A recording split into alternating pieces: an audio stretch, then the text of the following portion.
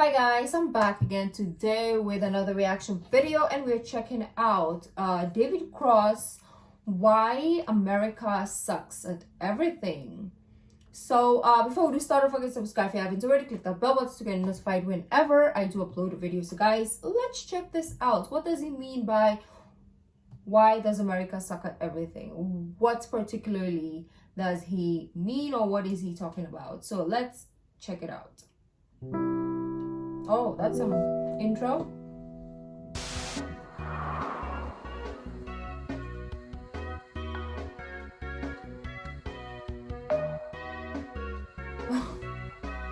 Number 7, rat pageant. Okay. This is some like a Microsoft. America is the greatest country on earth. The strongest, the richest, the most powerful country on earth.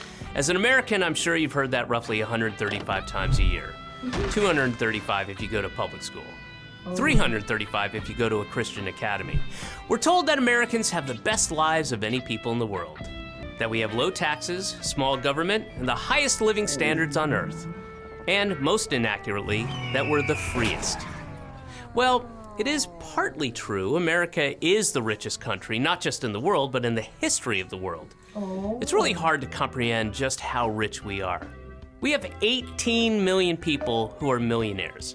American households own about $100 trillion in wealth, an almost unthinkable amount of money. Okay, so America is the richest country ever. But there's a curious paradox. Most Americans actually have a much worse standard of living than people who live in poorer countries like Germany or Finland or Britain, but how can that be? That shouldn't make any sense. Well, here's the shitty deal. Americans get significantly worse services because our tax dollars don't fund them. So of course our services are worse, and thus we enjoy less happy lives than people who live in the aforementioned countries. Not that difficult a concept to conceive, really. You get what you pay for, said the cartoon dog to the other cartoon dog. And while you might think the reason American tax dollars don't fund as many services is because we pay lower taxes than other countries, that's not even true. When you add federal, state, local, and sales taxes and include other costs and services that our taxes don't cover but other countries' taxes do, like our uniquely high health insurance premiums, you'll find that Americans actually give away more of their wages than most of the developed world. For example, in Canada, for a married worker with 2 kids, all of the previously mentioned costs combined, from taxes to health insurance premiums, make up only 11% of the average wage. In the UK, it's just about 26%. Meanwhile, once you tack on the cost of our outlandish health insurance premiums, you're spending a whopping 43% of your paycheck. That's more than France, Finland, Sweden, and Norway. Doesn't it have its advantages as well? I'm not sure, but you have to, maybe he'll talk about it, but you correct me as well. Because how I understood it is, since you are giving more, you will have more also whenever, like let's say you use it for health insurance, you will have obviously more benefits. And also when you retire, you will have also tax returns, right? You will have more, because our tax returns here, I mean, like, how do you call this? Pension here is so low, depending how much you contribute though, or how much the company you work in will take out, right? But still, it's super low. So I think that's the only difference, is you give more, but then you get more also, like when you're old or when you need it, right? But for us, but this is service tax, so no, this is wage tax. In real reality, Americans keep much less of what we own than in other countries. In other countries, their government takes a bit more tax, but then gives that money back to their citizens in the form of healthcare or job support. Oh, so it doesn't even come back. Oh, I thought that they take more to give more to you guys, but if it's not gonna go to all of these, then what are you guys doing? Or a general safety net for all vulnerable citizens, no matter how dusky they are. So what do Americans get for the money we pay in? Yeah. Well, sure, we get a crumbling infrastructure, shameful homelessness, and millions of hungry, neglected children, but we also get some of the worst services in the developed world. Again, our healthcare. American healthcare is simultaneously the most expensive, the least efficient, and the least effective healthcare system in the developed world. Hey, the devil's trifecta. And in exchange for this extremely expensive, inefficient healthcare system, what do we get? Well, we get some of the worst health outcomes in the developed world. We have fewer hospital beds per capita than people in Turkey or Brunei. Americans have a lower life expectancy than people in Lebanon or Cuba. And in the Mississippi Delta and much of Appalachia, life expectancy is lower than in Bangladesh. Our healthcare here is not the best. It's not like Europe or anything. It's not even close to like East Asian countries at all. It's obviously not as developed, right? Because we're in the third world, which people like to point out all the time in the comments for some reason. So despite all that, we still get great benefits.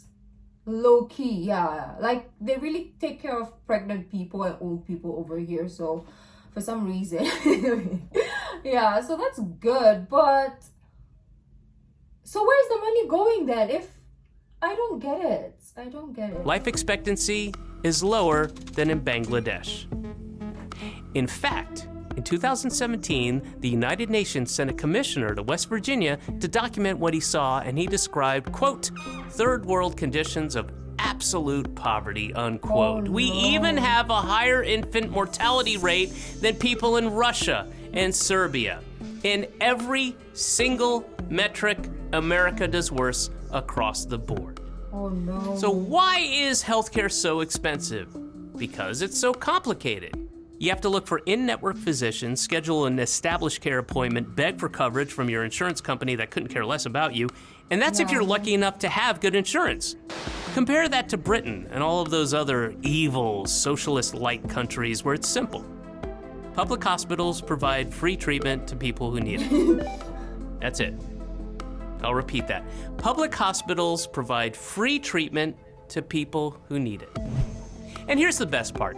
Even though Britain offers health care. Like, America should help its people so that people can help America, right? If you're gonna like kill off your people and make them like suffer, you're not gonna rise, right? But then when we look at it from the outside, it looks like this beautiful dream, which it is though. Depending on which, how you're looking at it or what you're dealing with. But when it comes to this part, it's something has to change. To people who need it. And here's the best part. Even though Britain offers healthcare for free, their system is actually a lot cheaper to run than ours. Oh. Per capita healthcare spending in the US is almost 3 times what it is in Britain, and almost 5 times what Canadians spend. In fact, Americans spend the most per person of any country in the world for healthcare. But the free market is more efficient, you screech. But in America, private systems often aren't efficient at all. Private drug companies have an incentive to charge whatever they can get away with for pharmaceuticals. In Canada, a carton of insulin costs about $20. In the US, it costs $300. And with private insurance companies footing the bill, hospitals have an incentive to get as much money out of patients as possible too. In 2015, the average cost of an MRI scan in the US was $1,119. What are you guys doing though? Like, do you just want to like send everyone to the ground? That's it? Cost of an MRI scan in the US was $1,119.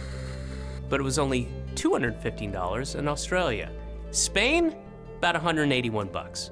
And our healthcare system is so inefficient that we spend over 1/3 of our cost on administration. The United States spends significantly more on administration. Here you can go to clinic for free, like those public health centers. So there's like some free vaccines that you can get. There's some free treatments that you can get or checkups you can get depending on what it is and who is getting it. It's like pregnant people and old people, like I told you. There's a lot of like people in that category that can have free treatments or medicines and stuff like that. Like I think rabies shots in the healthcare centers or clinic are lower than the private how do you say this, hospitals. But it's I mean, for us that we're living here, obviously it's gonna be so expensive in our eyes, right? But it's actually very affordable, to be honest. Administration. The United States spends significantly more on administration than we spend on preventative or long-term health care. That's just not smart. Oh, that's dumb. Okay, we get it. We all know that American healthcare is so much more expensive, you say, but that's the cost of having the freest freedom in God's favorite country. Well, guess what? Medical procedures that are totally free in Britain, like giving birth, cost tens of thousands of dollars in the United States. Oh my gosh. I mean, you want to talk about the cost. And I was here daydreaming. I was like, oh, you know what? It would be nice to give birth in like the US, because then your family, because in the Philippines they don't allow families in the room. So every time that I like see vloggers that have their family members there when they give birth, I'm like, oh, I'm so jealous. But for the cost of thousands of dollars, forget it. Of freedom. Sadly, because of these high costs, Americans often avoid going to the doctor, something almost half the population say they do. With shoddy or non-existent health insurance, Americans will wait until their conditions force them into the emergency room where treatment is far more expensive. You can go to Mexico, right? For like, again, not a smart system. Or Canada for treatment? Quite often, they end up putting off medical visits and dying. Susan Finley, a 53-year-old Walmart employee in Colorado, got pneumonia and took one day off of work beyond what Walmart's policy allows. Oh no. So of course Walmart's gonna Walmart, which they did by firing her. Without her job, she lost her nominal health care coverage, she struggled to find new work, and after avoiding a visit to the doctor for flu-like symptoms, she was found dead in her apartment. Oh no. I told you. When Americans do manage to get treated, they frequently can't afford it. Simple, life-saving treatments can cost tens or hundreds of thousands of dollars, and if they don't have really good insurance, they're forced to take on medical debt. Tens of millions of Americans. So if you have insurance, how much does it depends? I know which insurance you get, how much it covers, but is it worth it? Do you think, like for example, she has pneumonia and she has like good health care, how much do you think the average is still like she has to pay after the health care? Oh my gosh, this is crazy. I would not like to have any treatment there. I remember my mom, she had to like, whenever she comes home, that's when she gets like her dentist stuff and anything else that she needs, because US is it's expensive. Here in the Philippines, like what was the comparison? I remember when you get like a filling done here in the Philippines, probably around a filling, let's say, I don't know how to do the math, right? Maybe $100, more or less, okay? $100, let's just say. I think it's even less. It really depends which doctor still. If it's like the bougie ones, or you know, the middle, and then there's a really really low one which you don't want to go to also, because you don't want to like die. But just think like maybe the most expensive one that you will ever get for a filling will be like $200, and there it will stop there, right? And it's just like for one teeth or tooth. How do you say that in English? Oh, my head hurts. If they don't have really good insurance, they're forced to take on medical debt. Tens of millions of Americans owe medical debt, often into the tens of thousands of dollars. Meanwhile, in a country like Britain or Norway, medical debt is almost unheard of. But hey, that's why GoFundMe is such a critical component of American healthcare. 1 in 3 GoFundMe campaigns is now for medical bills. I'll repeat that. 1 in 3 GoFundMe campaigns is now for medical bills. America is such a strong, powerful, rich, and great country that its citizens have to beg strangers on the internet for money so they can get life-saving treatments that are free in the rest of the developed. But the thing is, it's not even their fault that they have to, which do it, okay? If you have to seek money from strangers on the internet, I don't want to put it in a weird way, go for it, because for money so they can get life-saving treatments that are free in the rest of the developed world. But hey, that's just healthcare. Americans get terrible deals wherever you look. Let's take work, for example. Oh, we Americans still work have to longer change hours too, than people in kind of. any other rich country in the world, and that's not And even because they poor enjoy sleep countries. deprivation and not seeing their families for days at a time. It's because they don't want to starve, or freeze, or die. See, America has the least generous job support programs, the least generous family benefits, and the least generous unemployment benefits of any wealthy country. It's one of the only countries on Earth that doesn't guarantee paid time off for vacations. It doesn't even help provide paid time off for parents who just had a child. And it's not coincidental that we're also one of the most hostile countries to workers' rights. America has one of the lowest unionization rates in the entire world. Maybe this deprivation, our refusal to give people the means to lead a good, dignified life commensurate with how rich our country is, can explain a bit of what we've seen in the United States over the last few decades. Fraying communities, animation, rising though. rates of depression and suicide, huge numbers of deaths from drug overdoses. These so-called deaths of despair, suicide, drug overdoses, alcoholic liver disease, they're one big reason why American life expectancy has actually started to decline over the last few years. And with such poor conditions, it's not a surprise that poverty is so rampant in the United States. America devotes a smaller percentage of spending on social welfare than any other industrialized economy because, say it with me, socialism is evil. It's evil. Go to Denmark and try telling those. I know some people will be like, why are you comparing it to the Philippines? It's different. I was like, I've never been to Denmark. I've never been to Germany. I don't live in England. So how am I going to compare it to those countries? The only place I know is here. So that's how I'm going to compare it. Because some people will be like, why do you compare? Your country is a third world country. I'm just comparing the situations and the circumstances. Even if our living cost, the cost of living here is lower, I'm still comparing it because that's all I know, right? So people, like, relax. Socialism is evil. Relax. It's evil. Breathe. Go to Denmark and try Don't be telling those too- happy, healthy don't take families anything enjoying their seriously. paid Not vacation everything that seriously. their system of government is Enjoy life. evil. Guess what? I guarantee they'll know you're an American. But I digress. Oh. America also has the highest rate of child poverty of any developed country, and the What do you highest mean? percentage of workers earning significantly less than the national median income. That seems pretty evil to me, especially since such a tiny fraction take as much of your money for themselves and their families as you will let them. All the while, both parties smile and shake hands. Across every single metric, no people accept a worse deal than Americans today. High taxes, high costs of living for next to nothing in return from the government. The most expensive healthcare system for the worst health outcomes. Oh, no. More money taken from workers for the highest rate of child poverty. We are the richest country in the history of the world, but we have fewer miles of high-speed rail than Uzbekistan. We are the greatest country in the No, bish, really? fewer miles of high-speed rail than Uzbekistan. We are the greatest country in the It's very world, rare that I yet we even have the hear most of people in prison of any country, Uzbekistan. and the highest incarceration rate as well. And And why is there such a high incarceration rate? Because of because of money. People do crime because of money. people in And prison that's- of any country, there's and the other- highest incarceration rate as well. And a higher rate of police killings than in Angola and Sudan.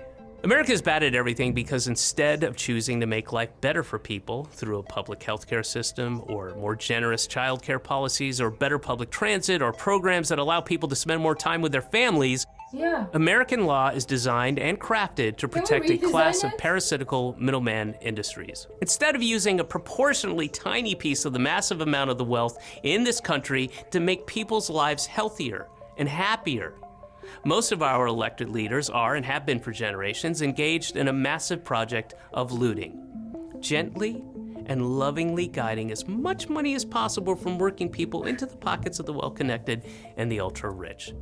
Think about that as we start hearing about the inevitable This guy's an rise in actor, right? homelessness, poverty, starvation, and sickness that will occur during these coming months and years in the greatest, strongest, richest, most powerful country on the face of the earth. I'm David Cross for the Gravel Institute. Will they listen? No. Nobody will care. nobody's gonna change. But that was very insightful. Very, very insightful. I don't know how it's gonna ever change. I don't know. I'm not the best person to say anything. You guys let me know, what do you think is the best to do in this circumstance, right? Or what are your thoughts about this topic? Do you think he's right? Do you have something to say? Do you think he's like not telling us more that we should know? Like maybe US is definitely the greatest country. If you think so, let me know also why. Let me know what you guys thought. If you like this video, don't forget to give this video a thumbs up, subscribe if you haven't already. I'll see you in the next video. Bye.